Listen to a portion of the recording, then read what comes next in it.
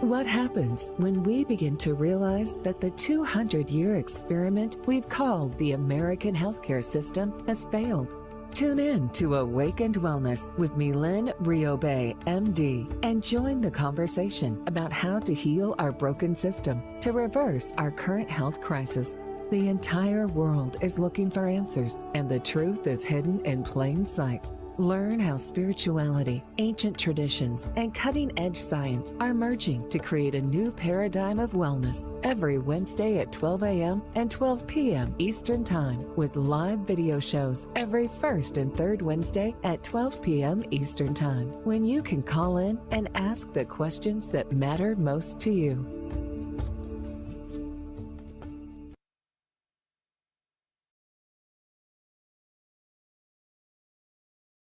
Good afternoon. Thank you, Rachel. Good afternoon. I'm your host, Dr. Mylaine Riobe, and you're listening to and watching Awaken Wellness Now. We're live here on Dream Vision 7 Radio, and welcome to the show.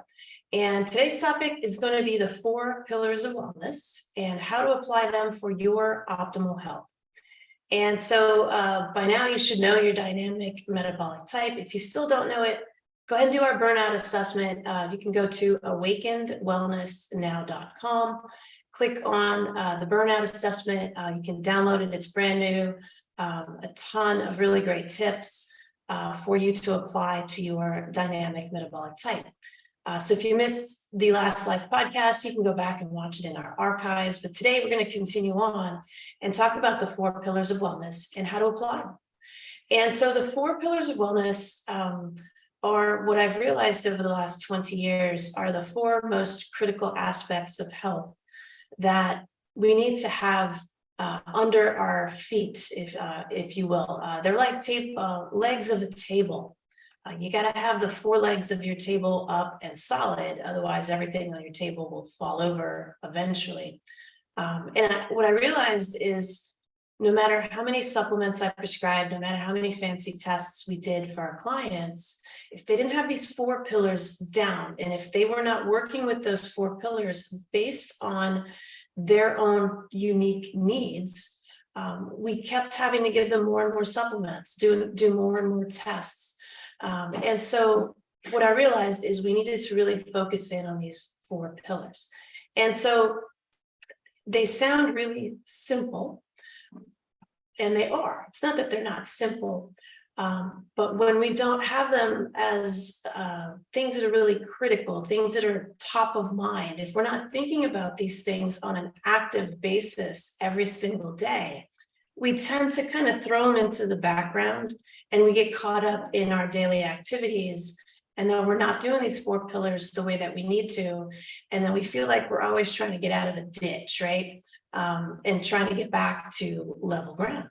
And so what are the 4 pillars of wellness, right? It's number 1 is eat. So your nutrition, your diet plan. That's number 1 pillar. Pillar 2 is movement. So your movements about in your day, which include exercise. What type of exercise, what type of planned movement do you do on a daily basis? The third one is rest. So this, of course, includes downtime, perhaps napping, and also, of course, sleep. And it's very critical how you sleep and when you sleep, as we've talked about before, but we'll touch on again today because it's so important. And then pillar number 4 is detoxification. Detoxification is the last pillar because it occurs while we sleep.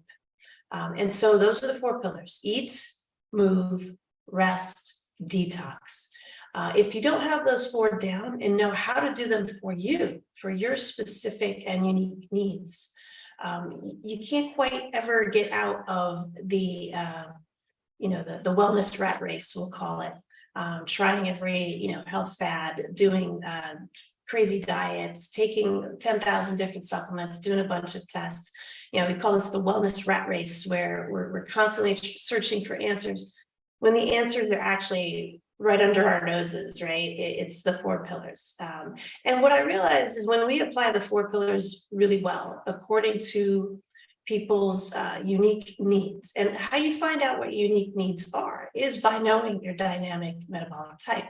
So the dynamic metabolic type is kind of a story. It's kind of an unfolding of the reasons why you're tired all the time, or perhaps you're gaining weight, reasons why you're getting diseases and symptoms. And so the dynamic metabolic type is the story that your body is actually telling you about yourself and what your unique needs actually are. And what the dynamic metabolic type tells you is exactly why you're tired. It tells you why you're tired and how to fix it, all in the same story. And so once you know which of the 6 dynamic metabolic types you are, you'll have a really good idea of how to unfold these 4 pillars of wellness. And so for eating, right, nutrition is probably the most important thing that we do each and every day to fuel our body cells and to power all of their body functions. One of which is detoxification. So pillar number 4 is very dependent on the other 3 pillars, right? So people think of detoxes as cleanses and things you're going to take, supplements, powders, drinks to detox yourself, but that's not always the case, right? So if you have a deficient dynamic metabolic type, whether it's hot, cold, or temperature neutral, if you're deficient, if you're depleted, if you don't have enough energy, in other words, if your metabolism is too low to tolerate all of your body functions, you will also not tolerate a cleanse or a detox program. And in fact, you will actually make yourself worse with a cleanse or a detox program if you are deficient. And so how do you detox if you're deficient, right? You rely on the other 3 pillars. You rely on your eating, you rely on movement, and you rely on sleep. So we actually detox when we sleep, and exercise movement helps to move the toxins around so that and the inflammation around, so it can be released from the body. And also what happens is your food powers all of that. So what you eat every day results in your own body's ability to detox itself. So when you're a deficient dynamic metabolic type, so there are 3 different deficient dynamic metabolic types, right? Hot, cold, temperature neutral. Doing an actual cleanse, like things like colonic cleanses or, liquid diets, those types of things, intermittent fasting as a form of detoxification is dangerous when you have a deficient dynamic metabolic type. So you have to rely on your nutrition. Right, so if you're deficient, what I tell people is whether you're hot, cold, or temperature neutral, you need small, frequent meals, right? So that's the most important aspect of pillar number 1, eating, if you're deficient. And you have to eat small, frequent meals because your body doesn't have enough energy. So you have to remember that if you fell into one of the deficient categories of dynamic metabolic type, what that's telling you is your body doesn't have enough equipment to power itself, to do all of its body functions. And so you have to eat small, frequent meals so that you're constantly putting fuel in your body so that it can digest that fuel, use it inside your cells, and power your body functions. If you do a cleanse or a fast in a depleted, deficient state, you're actually damaging your metabolism more. And this is why people will say to me very often, I'm not hungry in the morning, so I just don't eat. That's a telltale sign that you've already damaged your metabolism, because you should be ravenously hungry when you first wake up in the morning, within reason, right? Within about 30 to 45 minutes, you should feel hungry. That is a normal body function, in fact. So if you don't have an appetite first thing in the morning, that's actually telling you that you have a depleted energy system. And people will say, well, if I don't have enough energy, why isn't my body asking for more food? Why doesn't my appetite go up if I'm hungry and depleted, right? The reason for that is your body's really smart, and it's always thinking ahead based on survival. So it's going to calculate, I can't power all of my body functions because, my body isn't getting enough fuel. So I'm going to shut power down. I'm going to shut off functions that I don't need. And so when you shut down functions you don't need, you're going to burn less and less fuel, which means you're going to be less and less hungry. And so it seems counterintuitive, but it's actually your body's survival mechanism to survive. And so it will shut so many body functions down that you're not really aware of. They're kind of background functions. And then your appetite will start to drop. And you think that's because the intermittent fasting is working and everything's great. It's actually the opposite. You're actually damaging your metabolism. And so when you're deficient, small frequent meals, that's number one. If you're excess, if you fell into the other three categories of an excess dynamic metabolic type, whether hot, cold, or temperature neutral, you can drain yourself. You can detox yourself with a detoxification program. You can do intermittent fasting. A vegan diet is really good because it's anti-inflammatory. It's actually draining. And so you will do well if you have an excess dynamic metabolic type, not eating in the morning, because you have extra energy that needs to be released from the body. That's what an excess dynamic metabolic type is. So this gives you a really good idea of how do I manage my nutrition? How do I best fuel and feed my body so that it flows with my metabolism so that my metabolism can be optimized, right? And so people with an excess dynamic metabolic type can tolerate not eating in the morning, but should still eat around noon, 1 o'clock, you start eating, right? And you get your calories in fairly early. What I recommend to people, even when they're in excess dynamic metabolic type, is they actually flip the intermittent fasting and do what I call reversed intermittent fasting, which is you actually eat in the morning, but you stop eating sooner in the day. So maybe you start eating at 8 and you stop eating at about 3 in the afternoon, and then you fast for the rest of the day. And what that does is that actually puts you more in flow with your circadian rhythm. So we see this with the Chinese circadian clock. If we look at the Chinese circadian clock, we will see that all of our digestive organs, all the organs that are responsible for digesting our food, helping us to absorb our food and extract all the nutrition from our food so that it can circulate in the body and run our metabolism and body function, they're active in the morning. They're not active in the late afternoon or evening. And so eating in the morning, even if you want to do intermittent fasting, is actually better because you're going to more optimally use your body's functions in a way that they're meant to be used so that you're flowing with your body and not against it. So if you look at the Chinese circadian clock, we did a podcast on this, so you can go through the archives and take a look at it. Your stomach is active between 7 and 9 in the morning, and then you have your spleen being active between 9 and 11. Spleen in Chinese medicine is loosely translatable to metabolism. It's the function of the body to basically start extracting the nutrients from your food so that they can be absorbed and then circulated through your body so that they can be used for fuel. And so those two really critical systems, and then also the small intestine is active earlier in the day between 11 and 1 and 3, I'm sorry. And so you have to really be very mindful to make sure your meals are obtained within those times so that those systems are working optimally for you and that you're not working against them by eating too late at night. So even if you want to do an intermittent fast, if you have an excess dynamic metabolic type, you want to move it so that you're eating in the morning and then stopping in the late afternoon, maybe about 3 o'clock is your last meal, and then you don't eat for the rest of the day, and then you go to sleep, right? So now you get your 16, 15 hours of fasting in anyway, and you're actually using your body in its most optimal way. And so there's less inflammation, less destruction really of metabolism if we do it that way.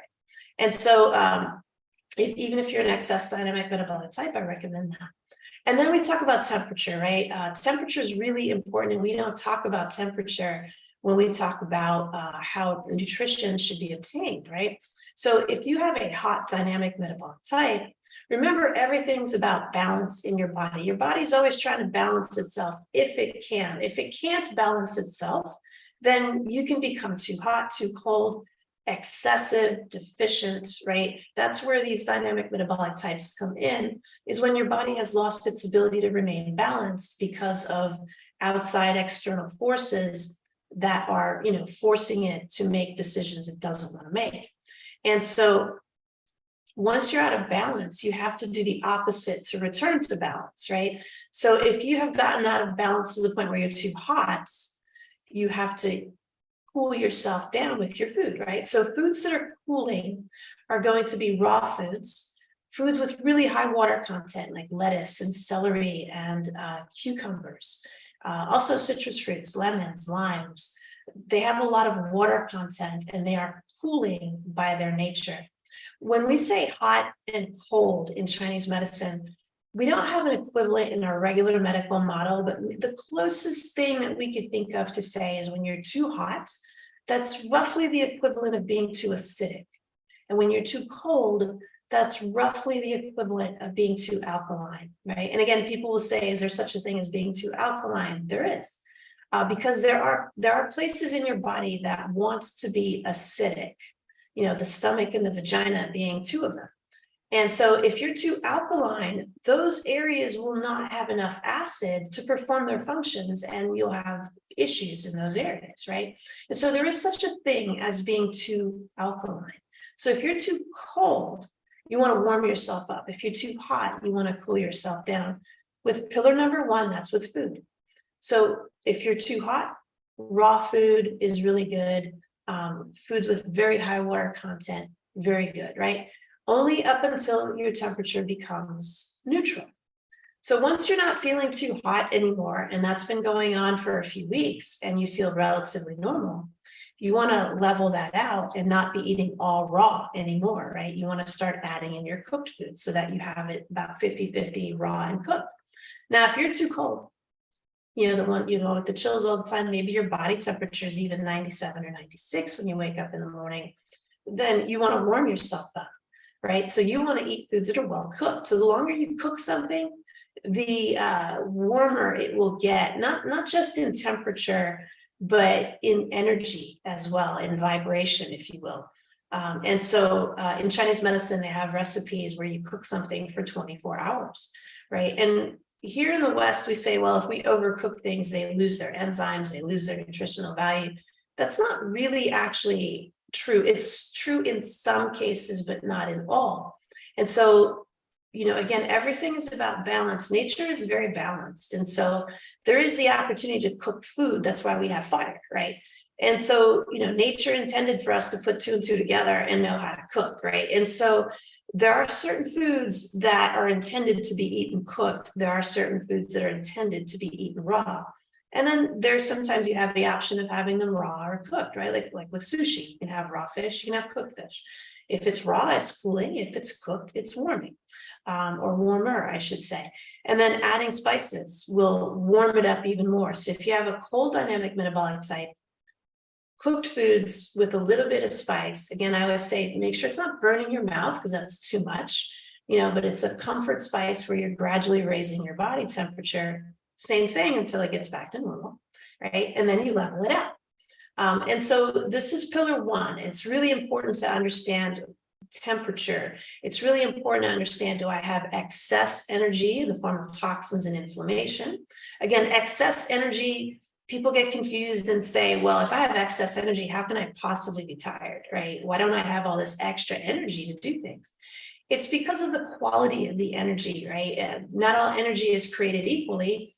Some of it is not good quality, some of it is good quality, right? So if you have excess energy, your body doesn't really make excess stuff. Like it's not going to do that on its own, right? It has to be forced to do that. And so if it's forced to accumulate toxins and inflammation, you will have excess energy. So it's the quality of the energy that's excessive. It's not the amount of energy per se that's excessive. And so it's not energy that your body can efficiently use. So you're going to feel tired, right? So you want to be very careful with the application of pillar number one so that you are doing what your body actually needs and requires. If you have a neutral temperature with food, what you want to do is have some raw, some cooked. You want to kind of stay so that the seesaw is level on both sides. If you have a neutral temperature, right? So you can go from a neutral temperature to too hot if you eat things that are, you know, too hot and spicy for extended periods of time, right? And you'll start to feel it, right? You'll start to feel warmer and warmer. Another thing, if you have a hot dynamic metabolic type, whether it's excess or deficient, is you want to watch acidic food, right? Because hot roughly translates to acidic. So you want to be careful with red and gamey meats because they're highly acidic. Now, if you're too cold, those foods will actually help you warm up because they are warming. They are, acidic. Acid burns, right? So we understand intuitively acid is warming. Alkaline things are cooling. So always bear that in mind when you know your dynamic metabolic type when you're planning your meals. And so this is the best way to get your body to be optimally energized with its food, right? And so that's pillar number 1 for you guys. Again, if you haven't done our burnout assessment, go to awakenedwellnessnow.com.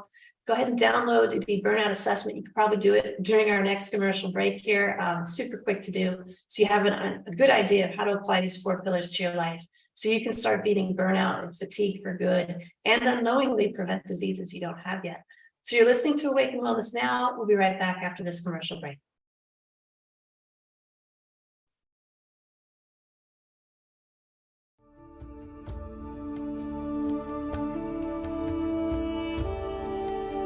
What happens when we begin to realize that the 200-year experiment we've called the American healthcare system has failed? Learn how spirituality, ancient traditions, and cutting-edge science are merging to create a new paradigm of wellness on Awakened Wellness with Mylaine Riobe, MD. Tune in every Wednesday at 12 a.m. and 12 p.m. Eastern Time with live video shows every first and third Wednesday at 12 p.m. Eastern, when you can call in and ask Dr. Mylaine the questions that matter most to you.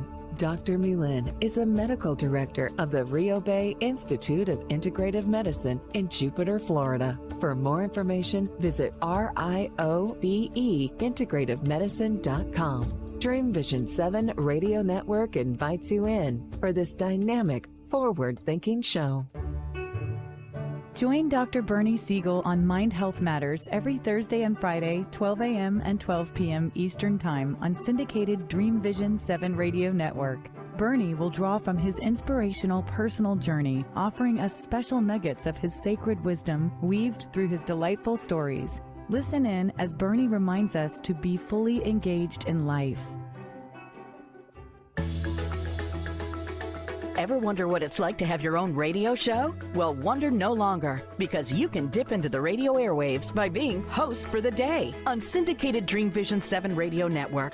It's a fabulous way to get your radio feet wet. It's an opportunity to market your business, modality, or book. Have a guest, mention a sponsor, and take callers. Or you may want to facilitate a lesson by going solo. It's up to you. Listeners can be online, mobile, in cars with Bluetooth, or listen through Amazon's Echo by asking, Alexa, play Dream Vision 7 Radio Network. For more details, go to dreamvision7radio.com and click on Host for the Day. Delight your kids with an enchanting journey by reading the Paper Doll Kids children's book by Deborah Beauvais and Janine Sullivan. There's even a catchy tune, Kids for Love Song, produced by Bob Sherwood and sung by kids just like yours. The story weaves around 7 paper dolls flying around the world doing good deeds as they bring important attention to our endangered animal friends. There's even a magical ring with a universal message. Kids become interested in service projects, action through compassion, and planting seeds that nurture positive change. The Paper Doll Kids and Kids for Love Song are a production of the Kids for Love Project. Get the book now on Amazon Kindle and the song on CD Baby or iTunes. This is Dream Vision 7 Radio Network, uniting mankind with universal love. Our shows are created from the heart, bringing each listener to a place of divine enlightenment. Breathe, relax, and enjoy. Let life flow. And we're back. Thank you, Rachel. Welcome back to Awaken Wellness. I'm your host, Dr. Mylaine Riobe, and today we're talking about the 4 pillars of wellness and how to optimize them for your best health. So we did have a couple questions come in. Question, I'm not hungry in the morning. I'm sluggish until I get 2 cups of coffee. Yeah, so that's not a normal body function, right? We should be hungry in the morning. Now, not ravenously hungry, right? But you've been asleep for 8-9 hours, right? Hopefully. And then hopefully you haven't eaten for a couple, 3 hours before bed, right? And so you haven't eaten for half a day, right? You should be hungry. And so if you're not hungry, you should be asking, why am I not hungry, right? And again, we normalize these things because so many people around us share the same symptom, right? And so we start to believe that that it's normal. It's common, it's not normal, right? And so you don't want to mistake common for normal. Normal is, I just didn't eat for 12 hours, I should be hungry, right? And if I'm not hungry, I need to be asking myself why I'm not hungry. And again, when you know your dynamic metabolic type, if you have a deficient dynamic metabolic type, the reason you're not hungry is because your metabolism is weakened. And so how we get people out of this cycle, because they ask, well, if I'm not hungry, what am I supposed to do, right? And I tell people to practically force feed themselves, right? With something very small, something very easy to digest, right? So it could be a protein shake, it could be a cup of soup or a broth, right? With some protein in it. It could be something that's simple. It could be, 2 boiled eggs, like something really simple, something easy to eat.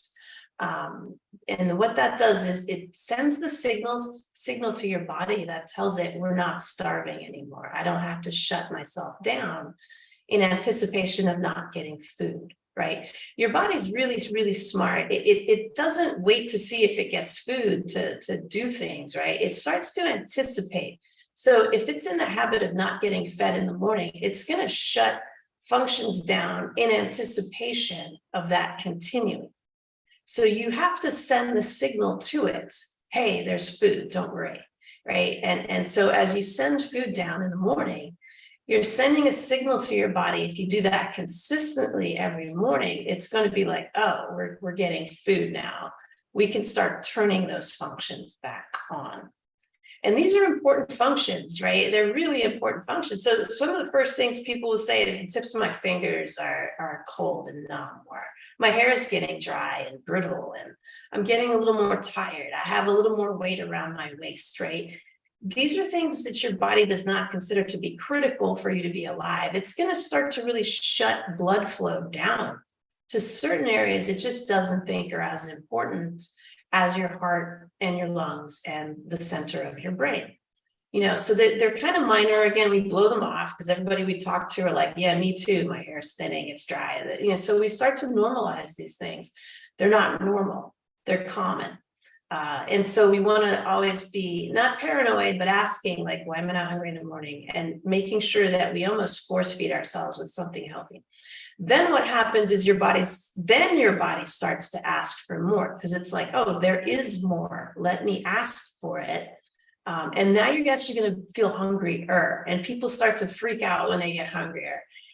That's actually a good sign, right? So you just want to be measured with what you're eating. So I tell people, if you're deficient, be ready to eat another meal in about 3 hours, right? So if you had breakfast at 8, maybe it's just the protein shake because you're not hungry, right? And then 11, you might start to feel a little hungry, but even if you're not, have something else, right? And make it like a small but complete meal, right? For me, a complete meal is always involving a protein, always involving some type of vegetables. And then you can have maybe or leafy vegetables, I should clarify. And then maybe you have like a root vegetable or maybe some quinoa or something like that if you want to add carb to that meal.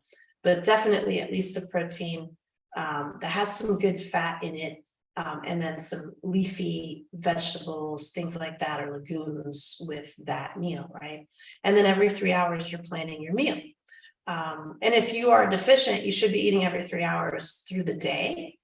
If you are excess and you want to do a reverse intermittent fasting type of approach, then you would stop eating at about 3, right? And then that revs up your appetite. What that's telling you is your metabolism is rising. That's actually a good sign. It's not a bad sign. You just have to be prepared for it and plan for it. And then your body levels out after a couple of weeks, right? And then you fall into a new norm. And so that's a great question, but that's what I would recommend. Question, I'm obviously too alkaline. I'm constantly dealing with issues with my vagina. Could you go over quickly again how to get less alkaline? So it's not just the symptom with the vagina that you want to use to know that you're too alkaline, right? You want to actually do the burnout assessment and see if you have a cold, one of the cold metabolic types, whether excess or deficient, right? That's how you know if you need to intervene in that way. So don't use just like one isolated symptom to make the assumption that you're hot or cold, because you know the rest of your body may be in a different condition. So you want to know, like, what's my overall dynamic metabolic type, so I know how to structure my 4 pillars. And so if you're too alkaline, if you did fall into the cold dynamic metabolic type, you want to warm yourself up. So it's cooked foods, somewhat spicy, you know, then red meats in moderation, of course, gamey meats in moderation, you know, salmon in moderation. Those things are warming. And so that's how you would balance an alkaline or cold dynamic metabolic type with pillar number 1. Pillar number 2 is move, right? So how we move through the day. So how we figure out what are my unique needs for movement is based on your dynamic metabolic type, right? So generally, broadly speaking, if you have a deficient dynamic metabolic type, whether it's hot, cold, or temperature neutral, it's just the fact that it's deficient that matters the most here when we're talking about pillar number 2, movement. So when you're deficient and your metabolism is too low, you have to be restorative with your activities. You don't want to give away energy you don't have, right? Just like you don't want to detox if you're or do a cleanse if you have a deficient dynamic metabolic type.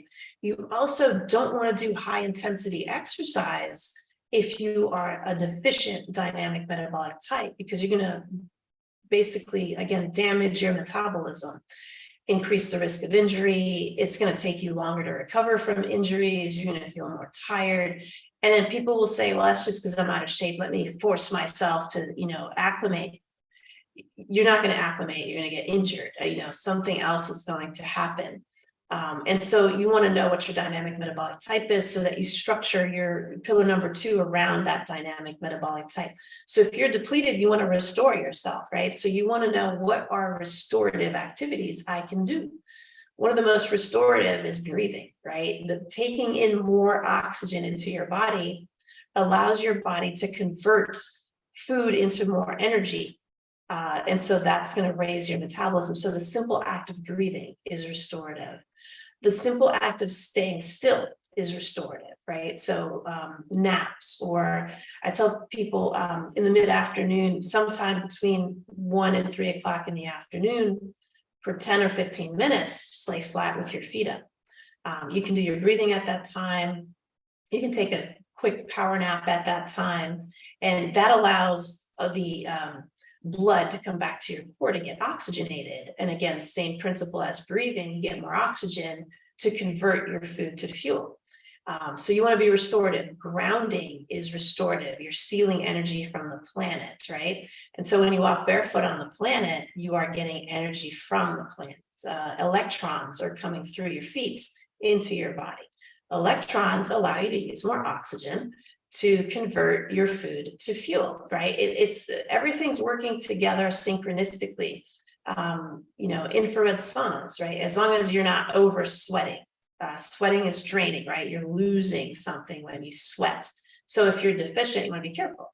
That doesn't mean you can't sweat. It just means you want to be measured. You want to be careful. That's all. You want to be mindful of, you know, if I'm out in the blazing hot sun for hours because I have to be, I don't want to also go into the infrared sauna today because it's going to be maybe overdoing it. Or I don't want to go jog 10 miles today because that's going to be overdoing it. So you just want to be very measured and careful. But other things that are restorative are sleep, right? So again, power naps, and yin yoga is restorative. Qigong is restorative.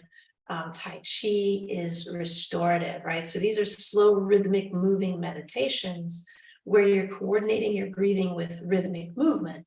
That's low intensity, but very powerful.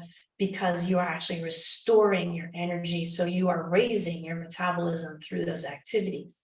And so that's what I describe, and that's what we teach in our online course, exactly how to structure this with live lessons, live Q&As over a 9-week program, which we're actually going to be starting up in September. So if you're interested, sign up for our wait list. We got some bonus content there, and we're going to be going live in early September, just around after Labor Day. And so you can go to Awaken Wellness Now, sign up for our newsletter that way, and you'll be one of the first to know when we are opening enrollment for our course. So these are some of the things we teach very extensively in our online course, but you want to be very restorative if you're deficient. If you're excessive, if you have too much energy, again, remember that's in the form of toxins, inflammation, poor quality, too much energy. Then you want to drain yourself, right? So then maybe you want to go for that jog. Maybe you want to do the high intensity interval training, right? Those are things where you're doing more intense exercises, of course, with proper stretching and warming up, always making sure you've had your physical done and you have clearance to do those types of activities. So always after you've had a proper evaluation before you do anything of high intensity. But you just want to be careful that your dynamic metabolic type is excessive before you go and do things that are a little too intense, right? Aerobic activity, right? More high intense aerobic activity would be beneficial if you have an excess dynamic metabolic type, because you're forcing that energy to move around. So you're forcing the inflammation, forcing the toxins back into the circulation so that they can end up in the liver and then out through the kidneys and the digestive tract. So you eliminate those toxins, get rid of that inflammation that's causing your excess dynamic metabolic type. And again, it's the same thing, right? You want to do that until you level out. If you level out and you're doing your burnout assessment again, and you're not falling into the excess category anymore, that's when okay, I need to start being more measured with my activities. And so I want to crank down the high intensity exercises, bring more restorative stuff in so that I'm always balanced now. Once you get back into balance, you don't want to lose balance, right? Because if you keep doing the high intensity activities longer than for what they're beneficial for, you will start to drain your good energy too, right? So you only want to drain out the poor quality energy while preserving the good energy, right? You don't want to use that as a source of the energy that's powering the high intensity interval training or the jogging and the running and the sprinting, right? So you just want to be very measured. And the burnout assessment helps you to know like which bucket you're falling into, so you have a really good sense of how to maneuver your way through the day, right? It's a really exciting way to empower people to take care of themselves, right? We still go to the doctor, we get our physicals, we do those things to make sure that we're not falling through the cracks. But really the responsibility of staying healthy is on our shoulders, right? As human beings, like we have to know. And unfortunately, this is not part of our culture. We don't talk about this very much. Now, it's coming more and more into our culture, but not nearly in the way that it needs to be.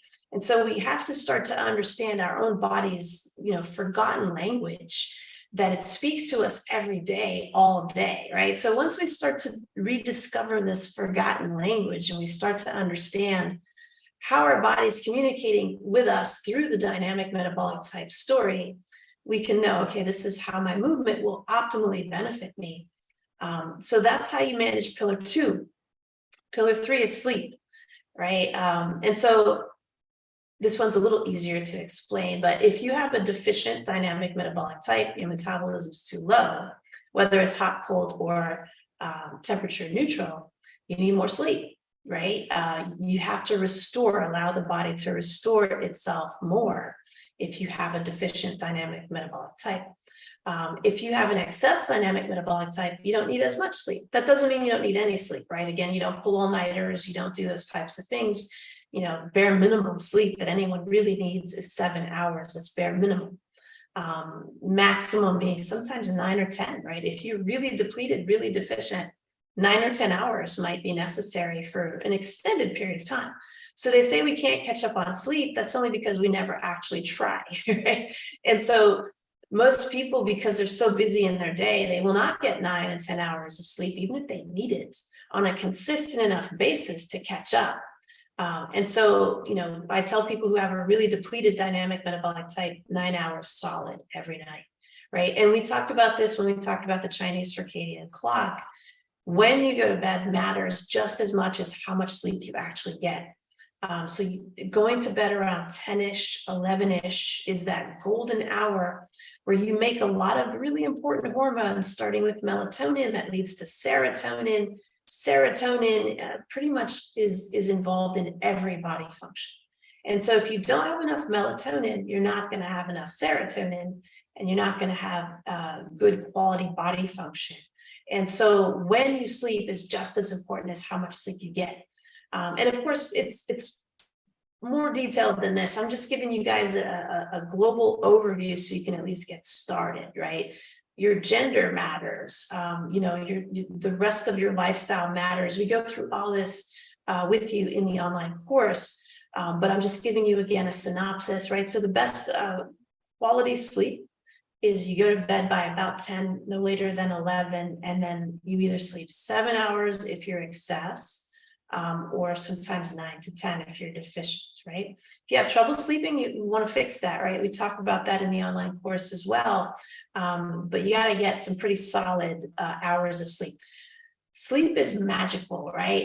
You're literally laying there and your body is performing billions and trillions of chemical reactions while you're asleep to fix itself, restore itself, restock the shelves, get rid of toxins, right? So we detox at night when we sleep. It's really important that we get enough sleep so that the detoxification process can occur. So a lot of people think they have to go do cleanses, colonic cleanses and different things, drinks, when it's really just that you don't have those 3 pillars up and running so that the 4th pillar functions properly, right?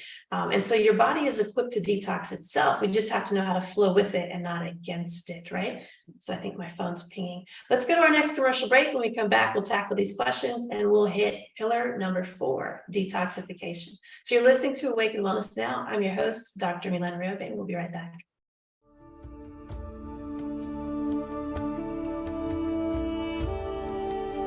What happens when we begin to realize that the 200-year experiment we've called the American healthcare system has failed? Learn how spirituality, ancient traditions, and cutting-edge science are merging to create a new paradigm of wellness on Awakened Wellness with Mylaine Riobe, MD. Tune in every Wednesday at 12 a.m. and 12 p.m. Eastern Time with live video shows every first and third Wednesday at 12 p.m. Eastern, when you can call in and ask Dr. Mylaine the questions that matter most to you. Dr. Mylaine is the medical director of the Riobe Institute of Integrative Medicine in Jupiter, Florida. For more information, visit RIOBE-integrativemedicine.com. Dream Vision 7 Radio Network invites you in for this dynamic, forward-thinking show. EDICIA is a U.S. nonprofit dedicated to the dream of ending childhood malnutrition for millions of children around the world. Through the manufacture of Plumpy Nut and other nutrient-rich, peanut-based, ready-to-use foods, EDICIA has already delivered life and hope to nearly 1 million children in over 26 developing countries. To find out how you can join EDICIA's dream of ending childhood malnutrition, please visit ediciaglobal.org. What if dreams can diagnose your life? What if we can meet the love of our life in dreams? Join host Kat O'Keefe Canavas, the #1 internationally best-selling author of Dreams That Can Save Your Life, written with Duke University medical doctor Larry Burke. Dreaming Healing is where we'll explore dreams, research, and interpret dreams from you, the caller. Dreaming Healing shows can be heard every Tuesday at 9 a.m. and 9 p.m. Eastern, with live shows on the first and third evenings at 9 p.m. Eastern, 6 p.m. Pacific Time on syndicated Dream Vision 7 Radio Network. Come live your dreams out loud with Kat. Are you searching for a way to help create global change? Dream Vision 7 Radio Network's vision is to have an eclectic group of radio hosts dedicated to educating, enlightening, and helping humankind with positive messages and tools that enhance lives using different modalities and programs. If you would like to join our team and help illuminate the universe, call Deborah at 508-226-1723 or Deborah at dreamvision7radio.com. This is Dream Vision 7 Radio Network, uniting mankind with universal love. Our shows are created from the heart, bringing each listener to a place of divine enlightenment. Breathe, relax, and enjoy. Let life flow. And we're back. Thank you, Rachel. Welcome back to Awakened Wellness Now. I'm your host, Dr. Mylaine Riobe, and some questions here. Question I read recently, getting into the ocean brings pain relief. Do you think this is something that could help my fibromyalgia? It could, right? So again, be mindful of temperature, right? So if you read about the ocean relieving pain, you'll probably read some people say it was the best thing ever, and some other people say it didn't help, or it maybe even made them worse, right? There's a reason for that, and that's, in the story, the dynamic metabolic type. So if you have a cold dynamic metabolic type, you want to watch the temperature of the ocean before you go in it, right? So you want to be in perhaps lower latitude waters like, South Florida or the Caribbean, where the ocean's warmer. So you want to just be mindful of temperature, but the ocean is filled with minerals, right? And again, Epsom salts, sea salts, all those things work really well for inflammation and removing the inflammation that is causing pain. So if the pain is inflammatory, the ocean's a great place to be. If you're not too cold, right? If you're like up in Maine and you have a cold dynamic metabolic type, you may feel worse going in the ocean. So you might maybe want to do an infrared sauna instead, right? Where the temperature is hotter, but you're still getting the infrared therapy from the sauna itself. And that's helping your cells to function better, right? So yeah, the ocean's a great source of minerals, electrons, all the things that would help you to rid yourself of inflammation, thereby making pain much better. So if it's inflammatory pain, then yes, it can help depending on your dynamic metabolic type. That's a great question. I think there was one more. Sorry, but I thought that on a previous podcast, you mentioned cancer forms after an injury. I recently hurt myself. Anything I can do to minimize my cancer risk? Not so much that cancer forms after an injury. Cancer appears to form where there's not enough oxygenation. Cancer cells don't like oxygen, so they want to create an environment for themselves where there's very little oxygen. And so there are many, many reasons for having pockets of low oxygen in the body, right? Some of them can be as simple as vitamin and mineral deficiencies. If you don't have the vitamins and the minerals to power the production of energy in your body, and we talk about this in the course as well, we talk about all the background information so you have a really good idea of why we're saying the things we're saying about the dynamic metabolic types and the 4 pillars.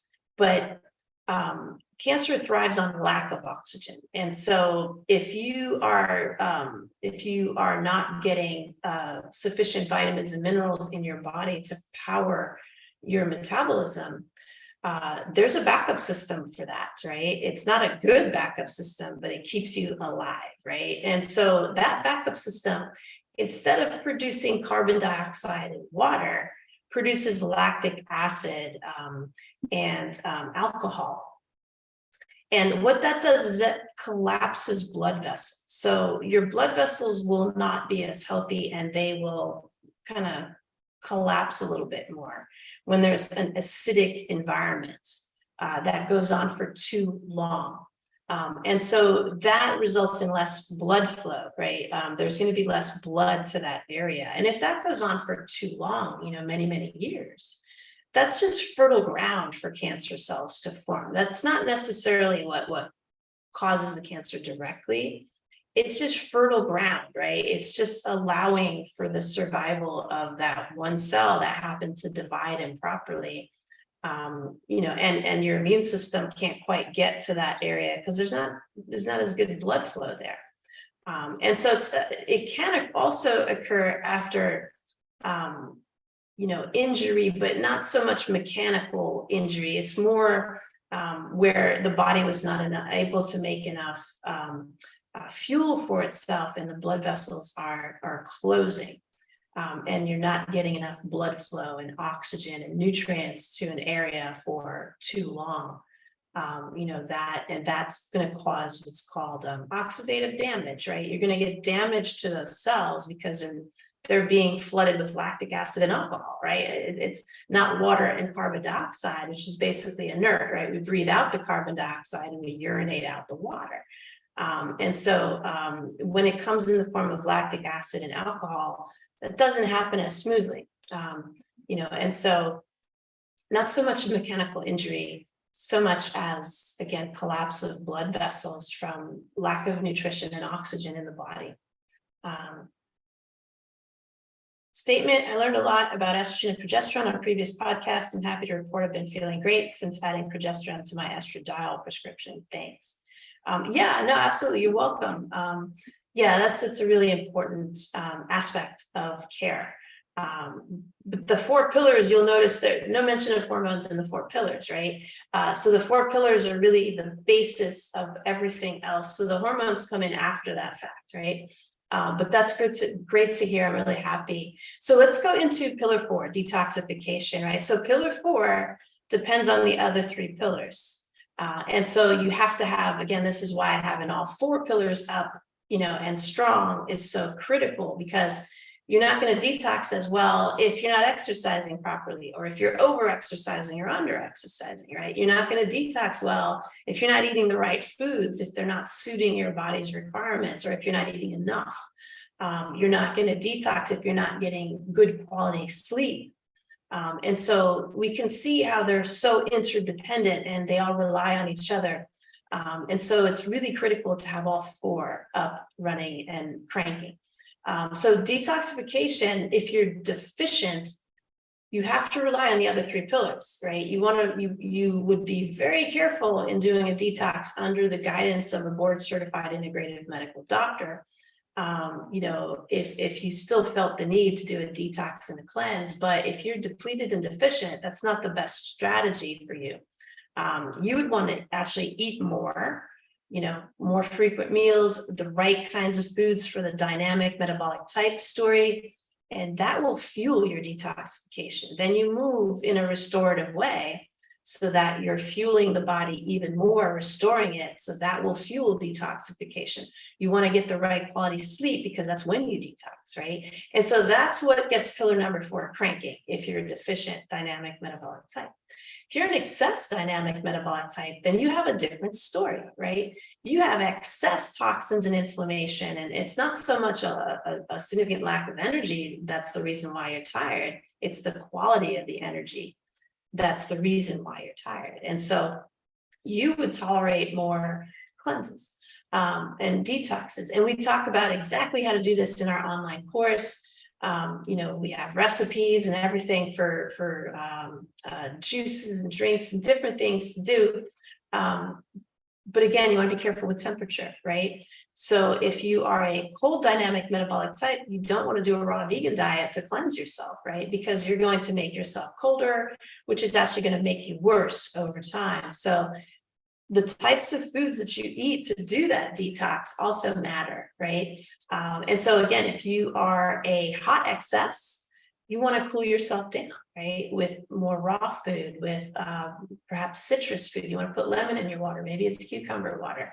If you're hot excess, it's okay to have water that's a little bit on the colder side. But if you're a cold excess, you want to be very careful that you're having room temperature water, or even drinking something warm, right? Sometimes just some warm water with honey in it. And cinnamon perhaps, or a warm chai tea in the morning if you're cold excess will do a really good job in getting your body ready to detox itself. So the temperature, even of the cleansing programs that you're going to do, actually matters, right?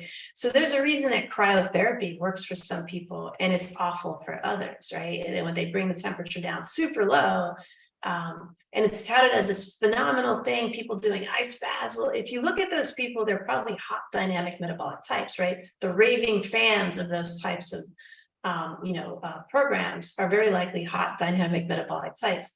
If you're a cold dynamic metabolic type and you do an ice bath, you're going to be the one giving it a 1-star review, right? Cryotherapy as well. So you want to be very mindful of how you're doing your detoxification. And so there's a reason why infrared works for some people and not others, right? Infrared is hot. So if you have a hot dynamic metabolic type, you're not going to enjoy infrared saunas, right? But you might enjoy cryotherapy. You might enjoy the ice bath, right? If you're temperature neutral, you want to be careful that you're not doing things that are too hot or too cold for too long, right? And so this is how knowing your dynamic metabolic type really, really works for figuring out your 4 pillars of wellness and how to optimize your health. And it doesn't just help you beat fatigue, it actually helps even unknowingly as you go through time. If your metabolism is working optimally, if you don't have a lot of toxins and inflammation in your system, if your circulation is working more optimally, we can put 2 and 2 together and also, see that we could probably delay the onset of diseases this way. We could probably even prevent diseases this way. So this is why it's important for people who are very healthy to know exactly what is my story and how do I keep myself healthy? What's my body telling me? What have I forgotten about my body? What have we forgotten as society about our bodies and how the body talks to us? That will help us to work with it and not against it, so that we're working as a team, right? We have this idea that we have to beat our bodies into submission to get it to do our bidding, really, when it's really our teammate, right? You're not going to beat your teammate up to try and get him to hit a basket, right? You're going to cheer him on or her on. You're going to want the best for that teammate. It's the same thing with your body, right? You don't want to flow against it. You want to flow with it. You want to be the cheerleader. And so this is again how the dynamic metabolic type works with the 4 pillars. So I hope that this has been helpful to you. If you want to learn more, we're going to be launching our live online course, Revive and Thrive, where we're going to dive really deep into how to do this for you, how to create your own personalized wellness program based on your dynamic metabolic type using the 4 pillars of wellness. It's a 9-week program, live lessons once a week, live Q&As once a week. We're going to have a bunch of bonus content to really hammer this information down so that you hit the ground running and can be your best version of yourself.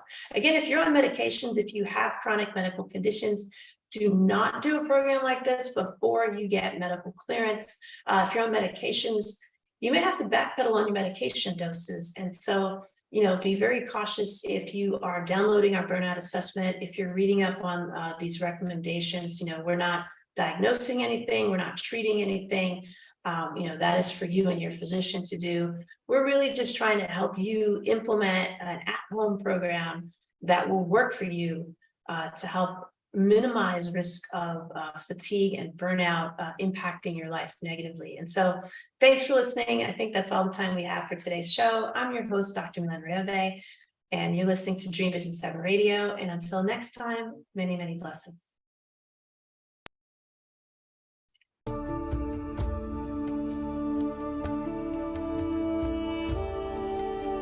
Join us next time on Awakened Wellness with Mylaine Riobe, MD, to learn how spirituality, ancient traditions, and cutting-edge science are merging to create a new paradigm of wellness. Awakened Wellness airs every Wednesday at 12 a.m. and 12 p.m. Eastern Time, with live video shows every first and third Wednesday at 12 p.m. Eastern of each month. Meanwhile, you can join our Facebook page at facebook.com/awakenedwellness and let us know what you'd like to discuss on future episodes.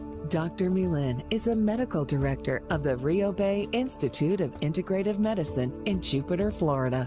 For more information, visit riobeintegrativemedicine.com. This show is part of the Dream Vision 7 Radio Network. This is Dream Vision 7 Radio Network, uniting mankind with universal love. Our shows are created from the heart, bringing each listener to a place of divine enlightenment. Breathe, relax, and enjoy.